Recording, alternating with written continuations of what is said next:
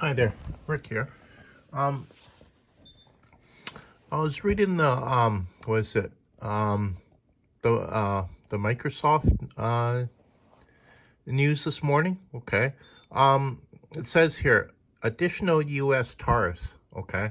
Um, on Wednesday, U.S. President Donald Trump announced on April 2nd he will impose a 25%, I'll say that again, 25% tariff on all passenger and light trucks imported from abroad, okay?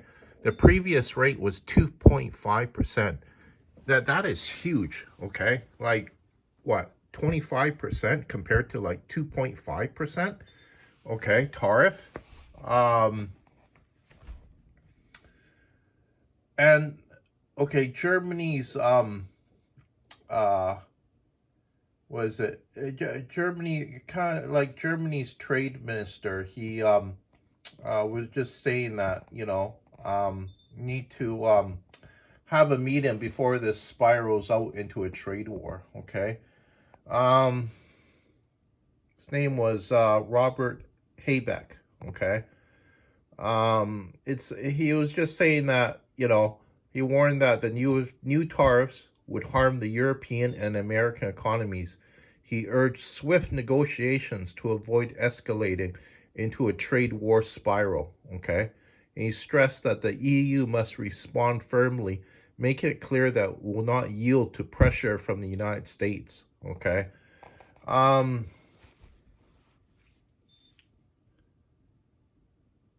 I was gonna say that, well, I find it hard. Okay. Um, okay, when I read the news, okay, I kind of thought, okay, here's the United States, okay, helping Ukraine, one of the European countries, right? Um, and uh,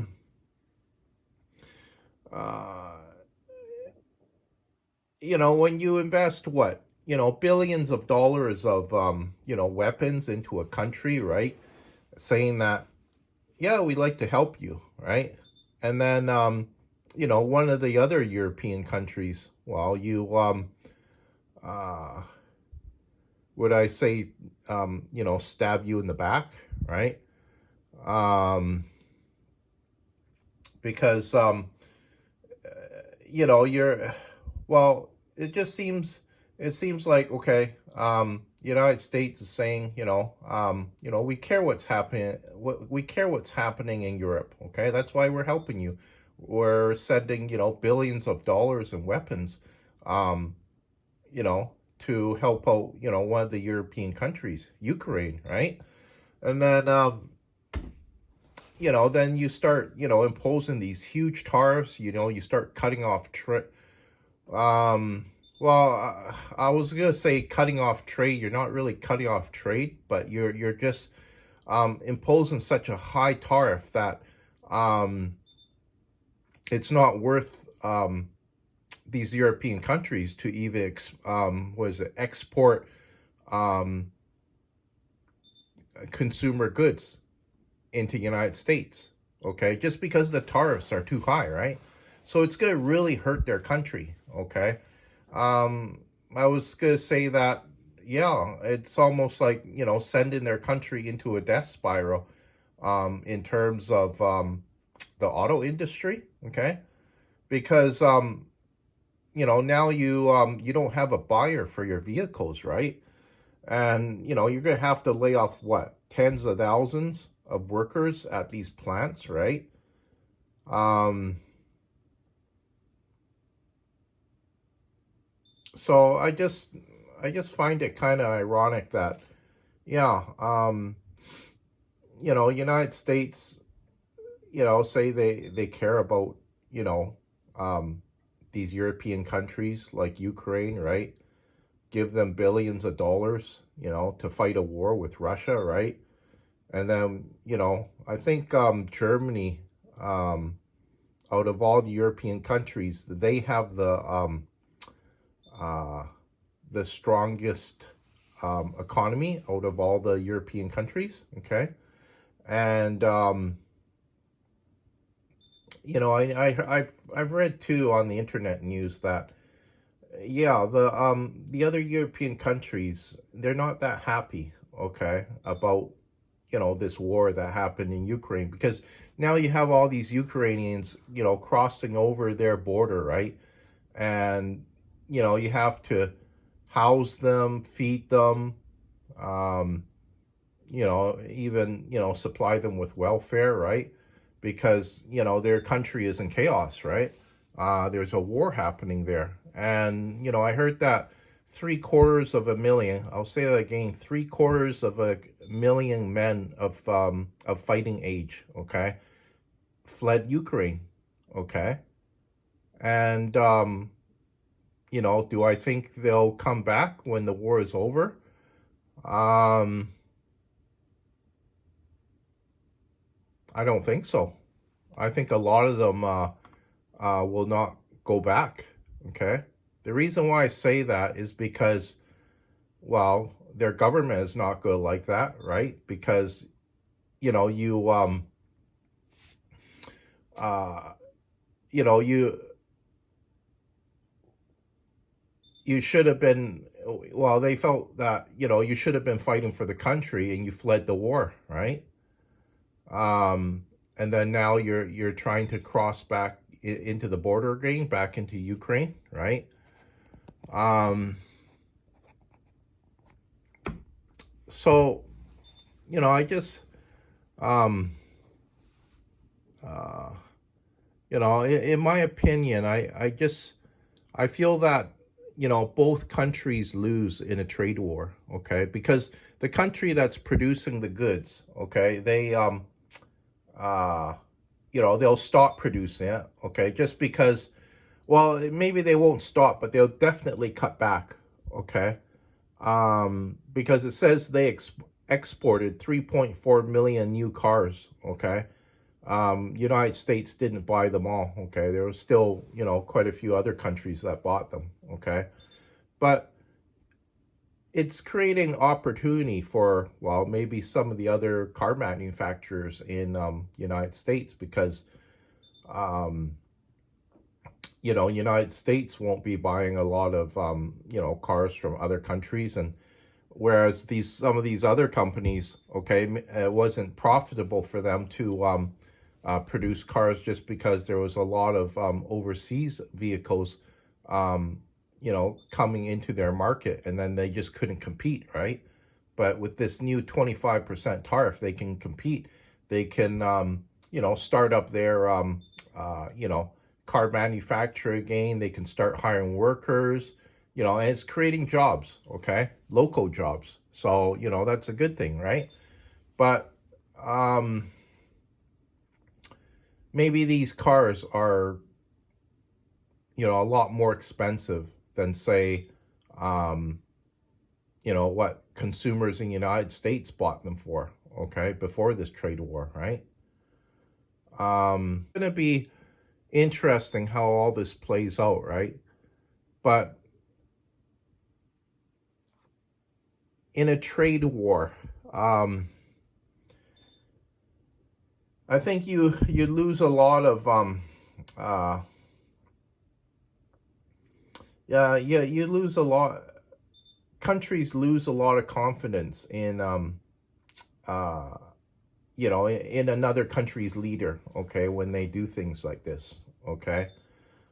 Just because I can't remember a time when United States imposed such a high tariff uh,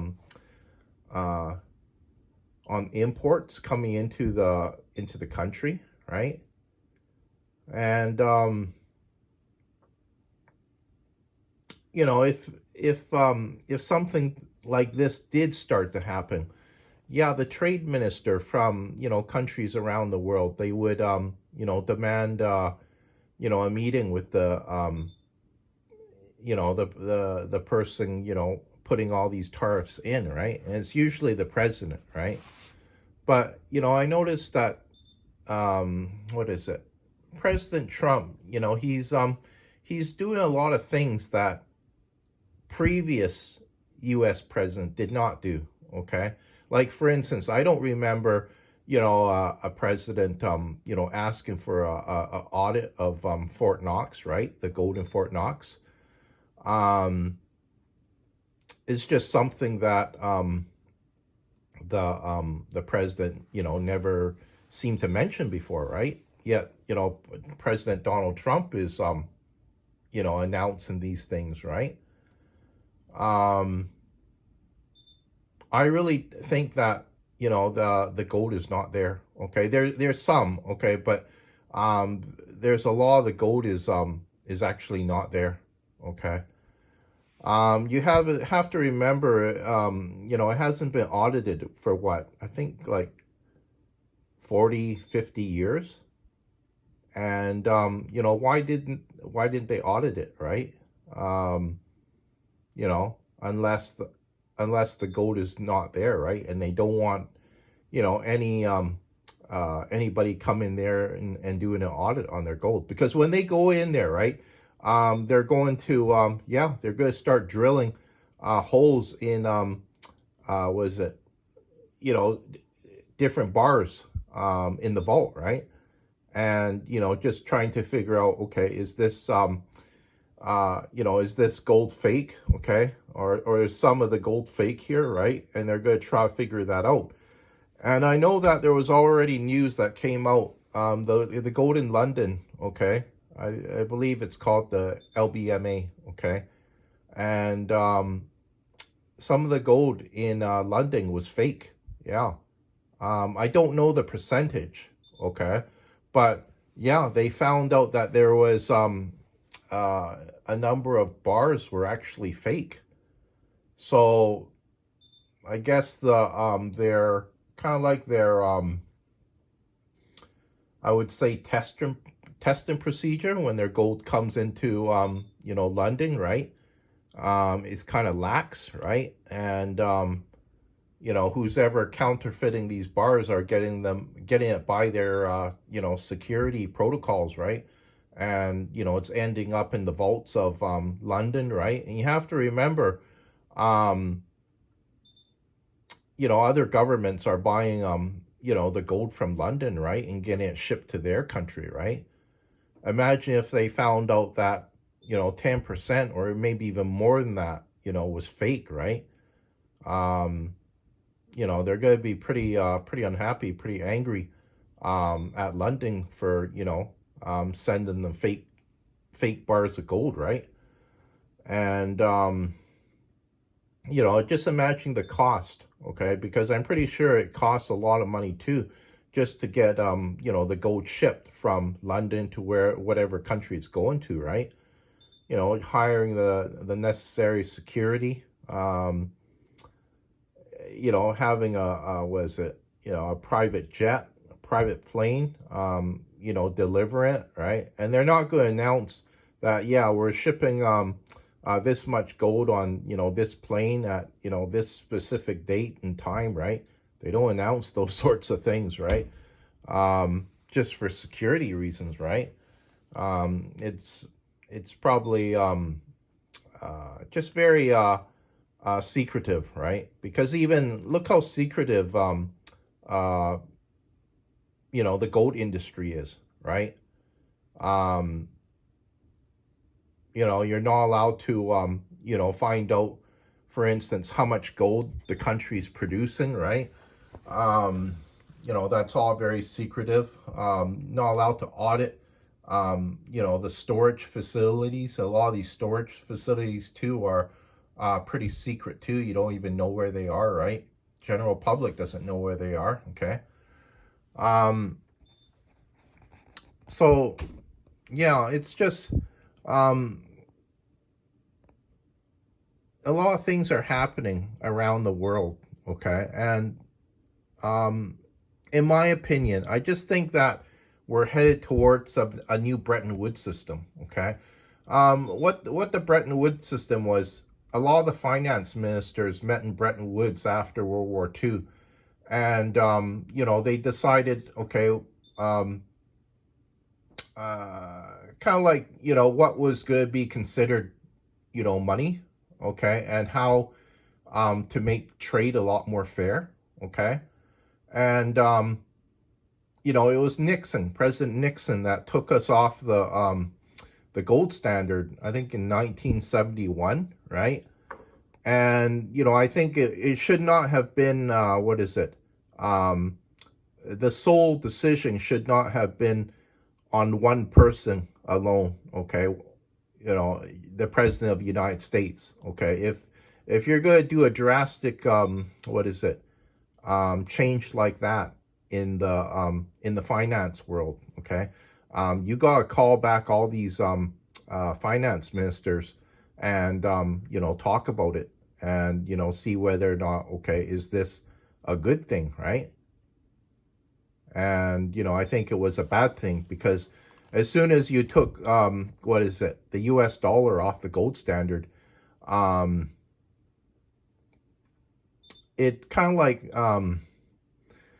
gold was just kind of like floating, okay, and it started to go up, right?